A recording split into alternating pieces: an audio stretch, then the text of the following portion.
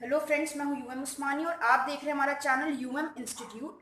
और आज की वीडियो में हम लोग पढ़ने जा रहे हैं कॉस्ट अकाउंटिंग में मटेरियल में आज का हमारा टॉपिक है बेस स्टॉक मेथड। सबसे पहले हम लोग समझेंगे बेस स्टॉक मेथड होता क्या है। उसको समझने के बाद उससे रिलेटेड प्रैक्टिकल क्वेश्चन करेंगे और देखेंगे कि बेस स्टॉक मेथड से स्टोर लेजर अकाउंट किस तरह से प्रिपेयर किया जाता है।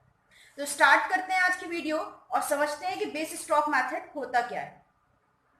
फर्स्ट पॉइंट है बेस स्टॉक मेथड का। इसमें कह रहे हैं under this method minimum quantity of stock is always held at a fixed price as reserve in the stock to meet a state of emergency if it arises.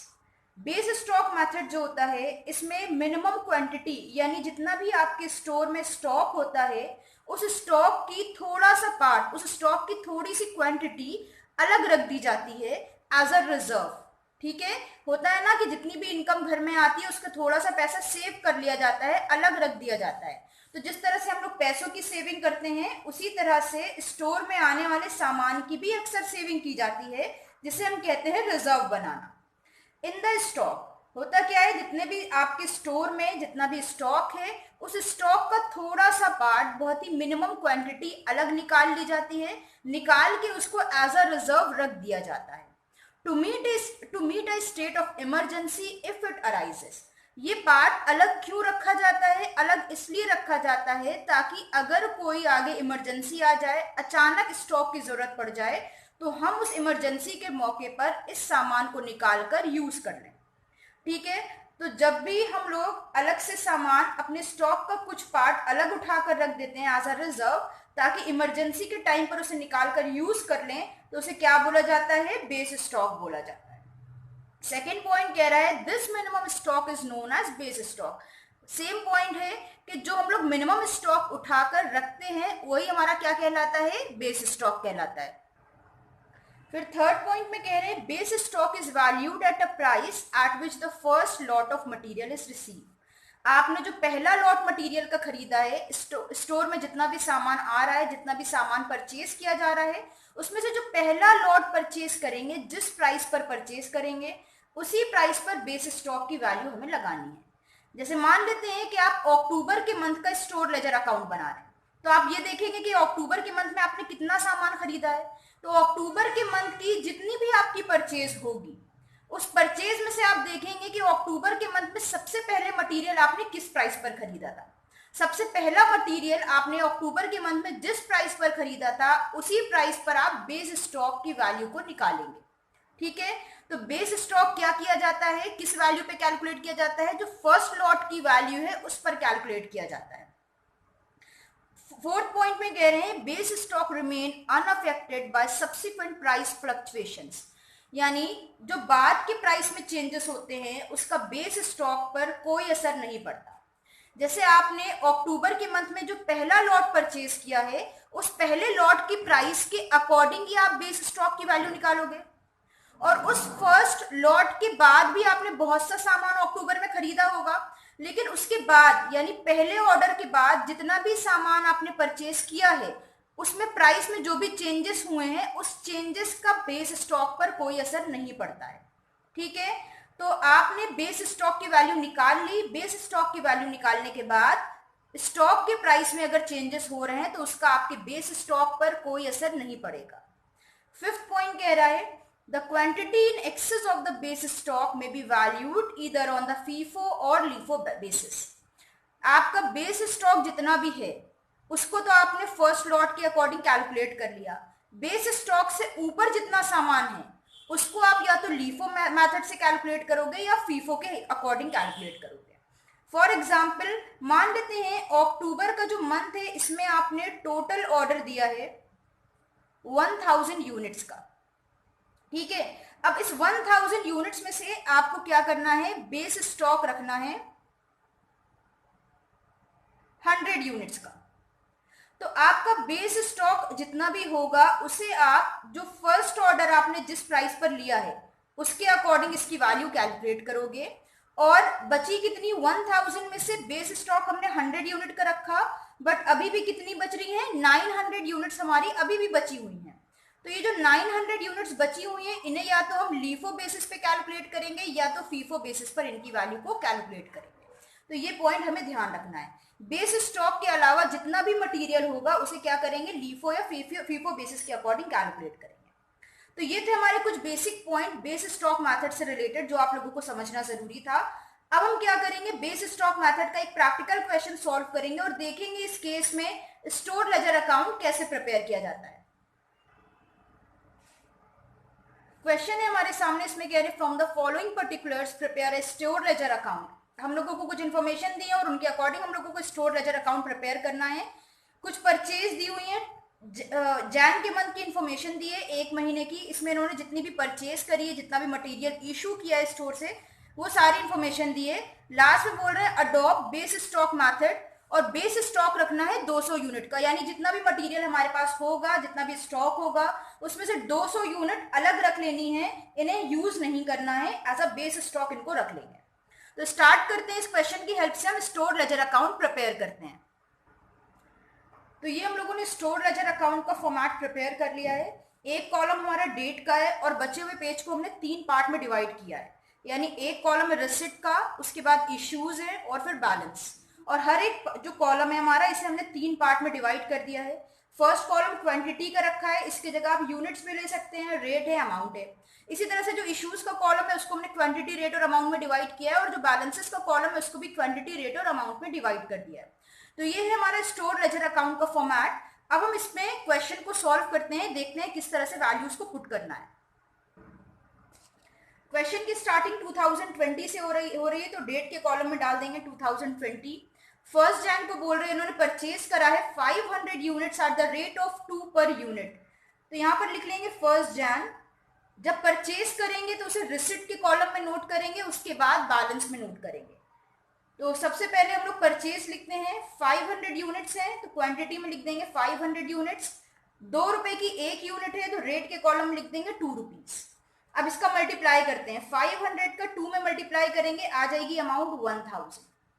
Purchase में लिखने के बाद इसको बैलेंस के कॉलम में लिख देंगे, quantity में लिखेंगे 500, रेट में 2 और मल्टीप्लाई करने पर आ गया 1000। जैसे ही हमारा एक डेट का जो भी इंफॉर्मेशन है उसे हम लिख लेंगे, उसके बाद हम लाइन ड्रॉ करके इसको क्लोज कर देंगे और नेक्स्ट ट्रांजैक्शन नेक्स्ट लाइन से स्टार्ट करेंगे।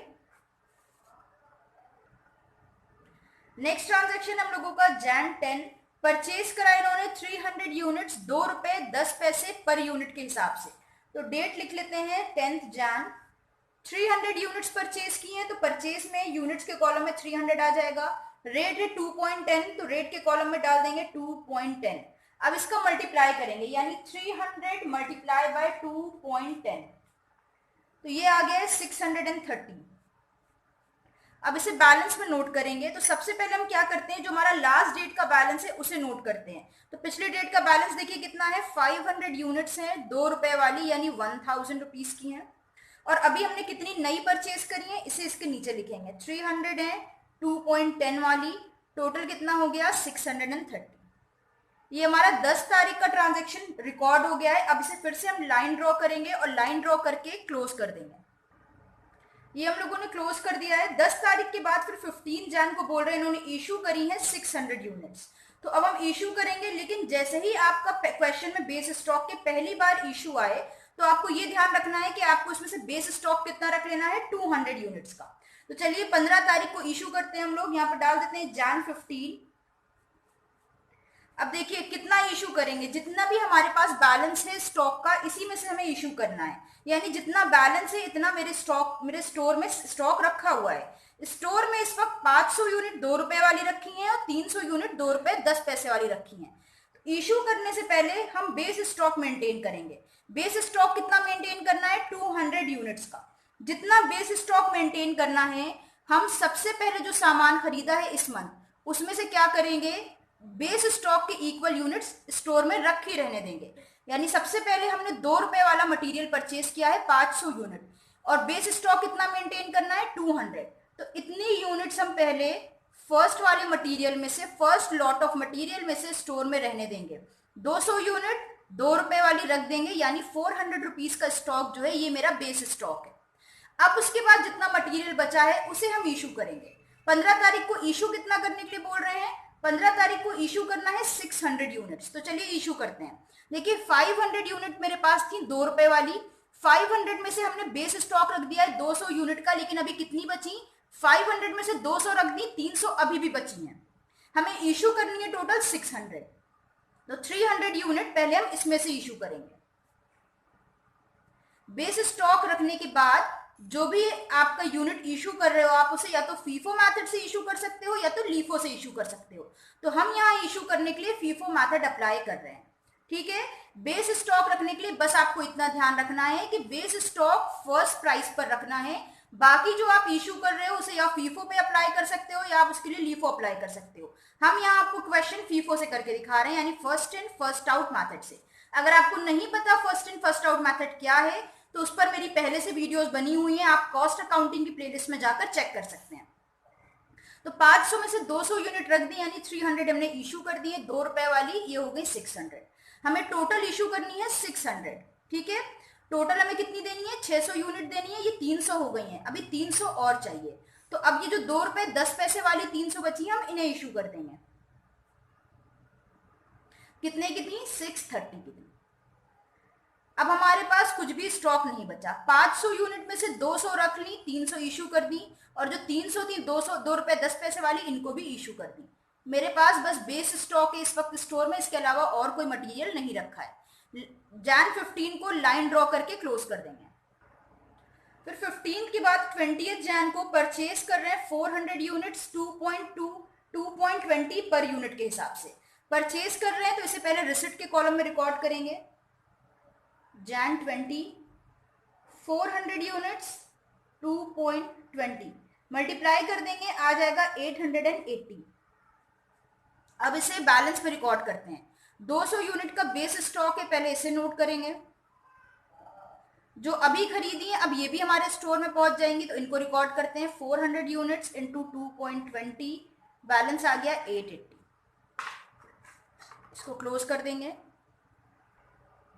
जैन 20 के बाद नेक्स्ट ट्रांजैक्शन देखते हैं। तो नेक्स्ट ट्रांजैक्शन हमारा है जैन 25 का। जैन 25 को इशू कर रहे हैं 300 यूनिट्स, तो हम इशू करते हैं जैन 25 इशू कर रहे हैं, तो इशू के कॉलम में लिखना है 300 यूनिट इशू करनी है हम लोगों को। तो देखिए बेस स्टॉक जो रखा है उसको ऐसे ही नोट कर देना है, उसमें से कुछ भी नहीं देना है। अब मेरे पास अभी नई यूनिट्स कितनी आई थी 400, और हमें इसमें से इशू कर देनी है 300। तो 300 यूनिट 2.20 वाली इशू कर देंगे। 300 का 2.20 में मल्टीप्लाई करेंगे, हो गए 660। अब हमारे पास कितना बचा, बेस स्टॉक तो नीचे नोट कर दिया हम लोगों ने, 400 में से 300 यूनिट इशू कर दिए हैं, माइनस करेंगे 100 यूनिट्स अभी भी बची हैं। ये हो गया हमारा 25 तारीख का बैलेंस। जैन 25 को यहाँ क्लोज कर दिया हम लोगों ने। अब इसके आगे देखते हैं। जैन 25 के बाद देखिए जैन 27 को परचेज करा इन्होंने 500 यूनिट्स 2.10 पर यूनिट के हिसाब से, तो इसको रिकॉर्ड करते हैं। जैन 27 परचेज कर रहे हैं, तो रिसिप्ट के कॉलम में रिकॉर्ड करेंगे 500 यूनिट्स इंटू 2.10 मल्टीप्लाई कर देंगे 500 इंटू 2.10, ये आ गया 1050 रुपीज। इसको बैलेंस में नोट करते हैं। अब देखिए मेरे पास बेस स्टॉक कितना है 200 यूनिट्स का, 100 यूनिट्स और है मेरे पास 2.20 रुपीज वाली, और अभी हमने कितना परचेज किया है 500। तो ये हो गया हमारा जैन 27 का बैलेंस। इसको भी अब हम क्लोज कर देंगे। ये जैन 27 हमारा क्लोज हो गया। जैन 27 के बाद हम नेक्स्ट ट्रांजैक्शन देखते हैं कौन सा है। तो जैन 27 के बाद नेक्स्ट डेट है जैन 31, इशू करा है 200 यूनिट्स, इसे लिखते हैं जैन 31 इशू कर रहे हैं 200 यूनिट्स। तो हमने बताया था हम लोग फीफो मेथड लेकर चल रहे हैं, तो बेस स्टॉक में से तो कुछ भी नहीं देना है, इसको ऐसे ही लिख देंगे 200 यूनिट्स 2 रुपीज वाली आ गया 400 रुपीज का। इसके अलावा जो हमारे पास यूनिट्स बची हैं इनमें से हम सबसे पहले 100 यूनिट्स लेंगे।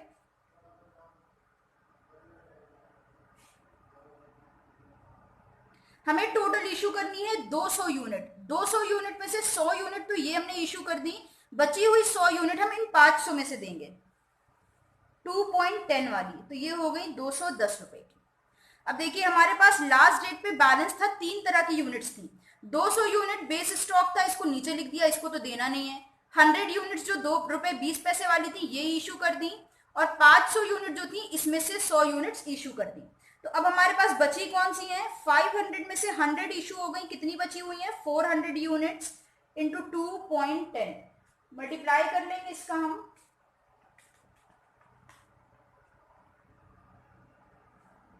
ये हो गया 840।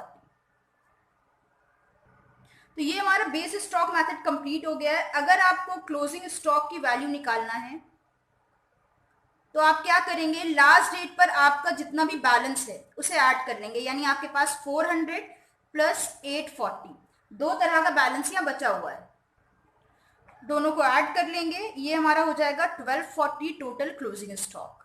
तो ये हमारा क्लोजिंग स्टॉक आ गया है निकल कर, और ये है हमारा पूरा स्टोर लेजर अकाउंट। तो उम्मीद है आज की वीडियो आपको पसंद आई होगी, समझ में आया होगा कि बेस स्टॉक मेथड कैसे अप्लाई करना है और बचे हुए स्टॉक पर कौन सा मेथड स्टोर में अप्लाई करना है।